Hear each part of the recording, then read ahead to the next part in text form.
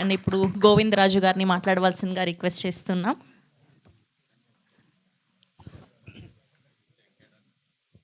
అందరికీ నమస్తే అండి.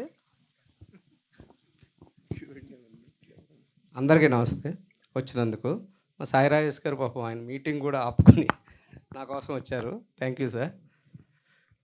అలాగే ఈ సినిమా కంపల్సరీ ఒక మాట అయితే చెప్తానండి.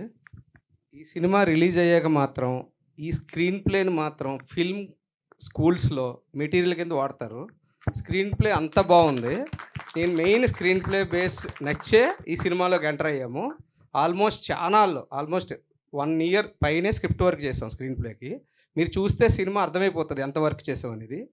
సో తర్వాత కొన్ని సినిమాలు ఏంటంటే మనం థియేటర్లో మర్చిపోతాం, కొన్ని సినిమాలు బయటికి వెళ్ళాక మర్చిపోతాం, కొన్ని సినిమాలు ఇంటికి వెళ్ళాక మర్చిపోతాం, కొన్ని సినిమాలు పడుకునేటప్పుడు మర్చిపోతాం, నెక్స్ట్ డే మర్చిపోతాం. కానీ ఈ సినిమా మీకు క్యారీ ఫార్వర్డ్ చేస్తూనే ఉంటారు.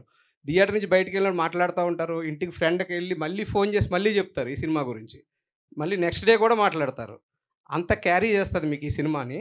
సో ఈ సినిమా మీకు గుర్తుండే ఉంటుందండి ఈ సినిమా. రెండోది, ఈ సినిమా నార్మల్గా వెళ్ళేటప్పుడు ఏ మైండ్ సెట్తో వెళ్తారో నాకు తెలుసు. కానీ వన్స్ టైటిల్ చూసిన వెంటనే ఫోన్స్ అన్ని పక్కన పెడతారు. మొత్తం సినిమాలో కాన్సన్ట్రేట్ అవుతారు. అప్పుడే అయిపోయిందన్న ఫీలింగ్ వస్తుంది. నవ్వుతానే ఉంటారండి, సీట్లన్నీ లూజ్ అయిపోతాయి, అంత నవ్వుతారు. ఎందుకంటే మేము 4 ప్రివ్యూలు వేసాం. నేను రకరకాల పీపుల్ని ఆల్ ఏజ్ వాళ్ళకి చూపించాను. ఆల్మోస్ట్ 150 to 200 మెంబర్స్ చూపించాను. ఈ థియేటర్లో కూడా ప్రివ్యూ చేశాను.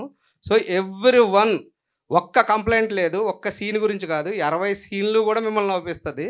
ఆర్టిస్ట్ ప్రతి ఒక్కళ్ళు క్యారెక్టర్ పెర్ఫెక్ట్గా ఉంటుంది.